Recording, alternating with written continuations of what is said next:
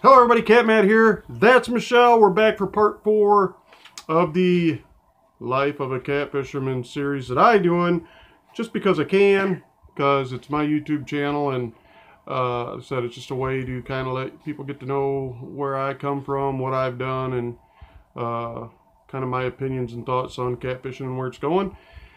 This is part 4. I hope you've watched the first 3 parts. In this part, going to answer some of the questions that people have asked, and you know, that'll lead into a bunch of stuff I wanted to talk about anyway. So Gamma, shoot.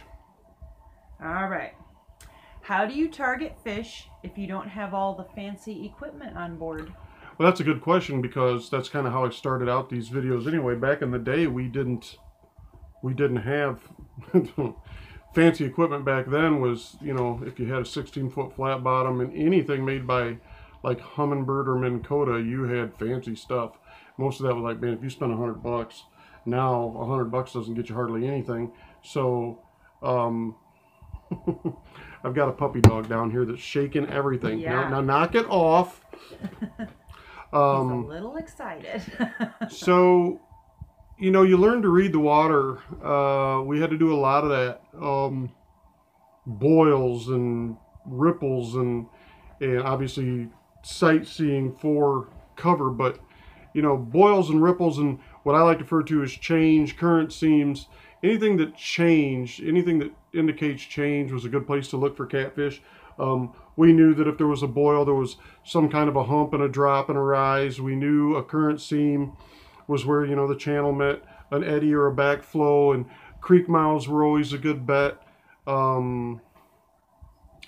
Were areas of, you know, especially on windy days with wind blowing up a river, if you moved upriver in a boat, you know, you could always see where the waves were breaking at and tell when there was a drop off on a hump. Your waves would break on the humps, and just a lot of little tricks we used to use. But you know, you definitely had to put in a lot of time to catch fish more consistently back then.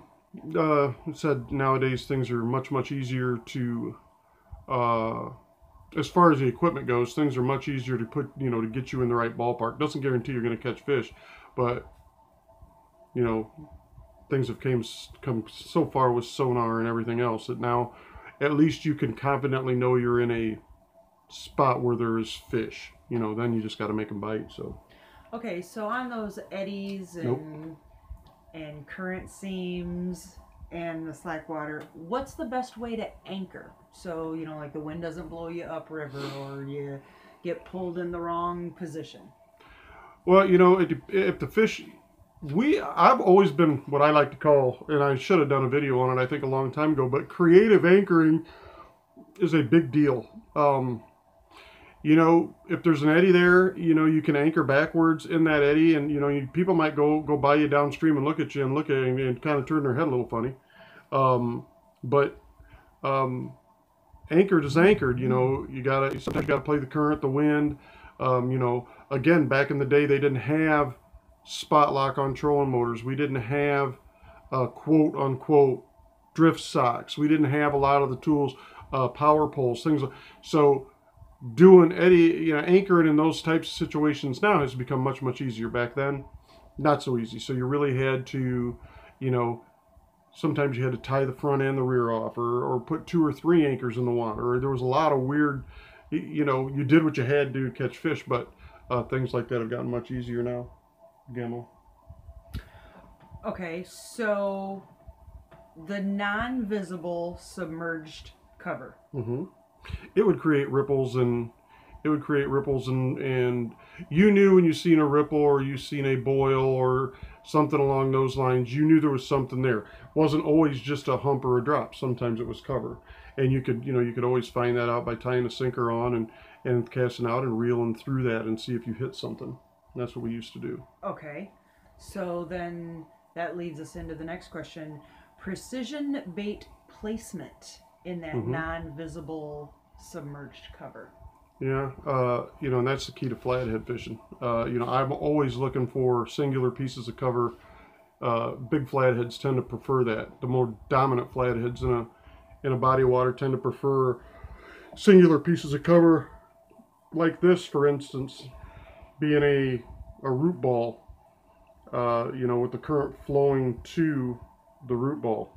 You know, flatheads like to lay behind these with their face facing out, knowing that a bait, you know, a bait fish swimming up water wants to upriver wants to take a break, and he will tuck in here, and when he does, flathead inhales him. There's lots of things you can do to that nature, but again, if that flathead is not super aggressive, that's where precision bait comes into play. You can't throw that bait out there and be 5 foot off the cover or 4 foot past where he's hunting at, or 3 feet in front. You know, there's days when that bait has to be 6 to 10 inches, you know, and you'll notice it too, because I've done it many a times learning, and I still do it today when you make a bad cast or not a perfect cast. You know, many times I've reeled in a bait, fishing a piece of cover, checked the bait, fixed it all up, whatever I needed to do, thrown it back out and got it right in the right place and been hit instantly. So settling for that's good enough, that works sometimes it doesn't work, and depends on how motivated you are that day, I guess. Okay, so when you're using live bait, do you cut it so it can bleed to No. attract cats? Never. I don't. There is a method of hooking a shad so that it slowly bleeds till it's dead that I will use sometimes, but as far as flatheads go, scent is one of their senses that they use, in my opinion, less than their other senses. But you know, there's a lot of people that like to, you know, wound their bait fish. They swim funny, they struggle differently, and the good thing about that is there's no wrong answers. I mean, there's lots of things you can try. Guys are catching fish in all different manners, and you know, there's definitely ways that work better than others, but there's no quote unquote right and wrong. So, well, most people know that fish where they are in the summertime is not generally where they are in the wintertime, or vice versa. So in the hottest part of summer, when it's the most heat and the water's the hottest, where do you target fish? And then also, where do you target them when it's the coldest? Well, you know, cold water, the bottom of the river is the coolest in the summer, and it's also the warmest spot in the winter.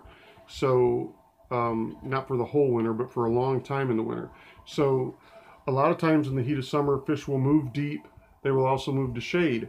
And you know, when it's super hot, and in cold weather months, they will move into holes, not delicate or not based solely on temperature, but based on the fact that they're going to be lethargic. They don't want to use the energy, so they're looking for a current break where they can pack in together and ride the winter out. So there's different reasons for it, but in the heat of the summer, very hot summer, they like cover for the shade aspect of it. They like flowing water when the water gets low and hot because of the dissolved oxygen content, and they like deep water because they can find a little bit of cooler water. So, what methods do you use to catch more fish versus what methods do you use to catch bigger fish? I've given up on the more fish thing most of the time. I would rather spend a whole day targeting one big fish than trying to catch a bunch of fish. But what is the difference? Bait. Bait is the big difference. I use big baits for big fish, and it's a proven tactic. I mean, there's other parts that play into it, other variables, but you know, if you're going to go to cut baits, smaller baits, cheese baits, thing along those lines, you can catch more fish very easily going to things like that. So we talk a little bit about tournament fishing. Roger, copy. What's the best way to get started into tournaments? Go. Okay. And then, so when you're pre-fishing, is it a good idea to pre-fish? And if you do, what are you looking for? Well, I'll elaborate on the go thing. To get started in a tournament is not hard. If you've got a little boat, or you can find a little boat, or you can find a tournament that allows bank fishing, whatever. The big thing is just go. Get up the courage, go. I mean, I don't think you're not going to be laughed at by people. You're not going to be embarrassed by people. People are very helpful at catfish tournaments. They're helpful with bait. They're helpful with, some things they know about the particular body of water. So number one, just get over the intimidation factor and just go, and you'll find that you were being silly all along, and there was no reason why you shouldn't have been going all along. So you basically just go. Pre-fishing, that's neither here nor there. If it came down to the fact where these tournaments were paying your bills, then I think I would worry more about how much I pre-fished and when I pre-fished. But now, when you're not going to make a living just tournament fishing, if I'm going to travel 10 hours south on my sponsor's dime, when my sponsors don't care too much about tournament results, they care more about you representing yourself, you being in your boat, you taking pictures, you interacting with crowds, then I can't go down there and just sit all week and then wait for the day of the tournament and go fish. We need to be on the water, using the products, taking pictures, showing things around. So until it becomes a means of survival, then, if you travel 6, 8, 10, 12 hours to a tournament, you're going to do a lot of fishing during the week. I mean, who wants to go down there and, what's the point of even going early if you're not? Okay, so let's say they have a map of the water. Would it benefit them to highlight that area and mark it on their map if they don't have the technology to mark spots? Definitely. You can get really good mapping on the internet now, and you can even find depths. You can find all the bends in the river. You can find likely places that can collect and cover. You can. So those spots would be the best spots to anchor them? Yeah. Okay, then what would be the best spots to, say, like spot lock or bump? Or... Well, that depends on what you're sitting on. You're not going to know that until you get to a spot. Well, that's if they're asking about, because they've never tournament fished, and to know the difference, what advice would you give them as far as that part you said you're just not gonna know. Everybody's into bumping, but that doesn't mean it's always the best method, and it's not the best method always. You're not going to know if you can anchor in an area till you get there. You don't know what the current's doing. Is it washing all over the place? Can you spot lock there? Can you drop a with your trolling motor, slow your boat down enough so that you can bump effectively in an area?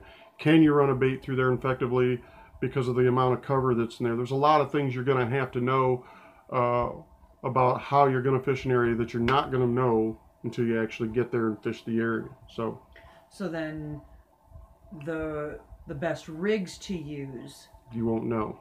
You won't know that until you get there to see what they're biting on. And no, there's a good chance that your old common go-to rigs, your Carolina rig with maybe a float or with or without a floater, some of them rigs are going to work in a lot of situations, but you might get there and find that a three-way or dead sticking is going to be a more effective way of catching fish. You just don't know until you get there, but you can guess, and you might guess right more than half the time, but you're not going to know a lot of those things till you're there. All right. But you can look at a map and get a good idea of whether or not there should be fish in the area, and that's a great place to start. So that is the end of part number 4. Have we answered all the questions, Gemma? Not even close. So there's going to be a part 5 and a part 6 and maybe a part 7, but we appreciate you sticking with this. And that was more question and answers. We're going to get to a lot of the tournament and sponsor stuff that we're going through right now, and all that is the upcoming next part or 2. And we thank you for watching up to this point, and we'll see you for part 5. Yeah. Peace out.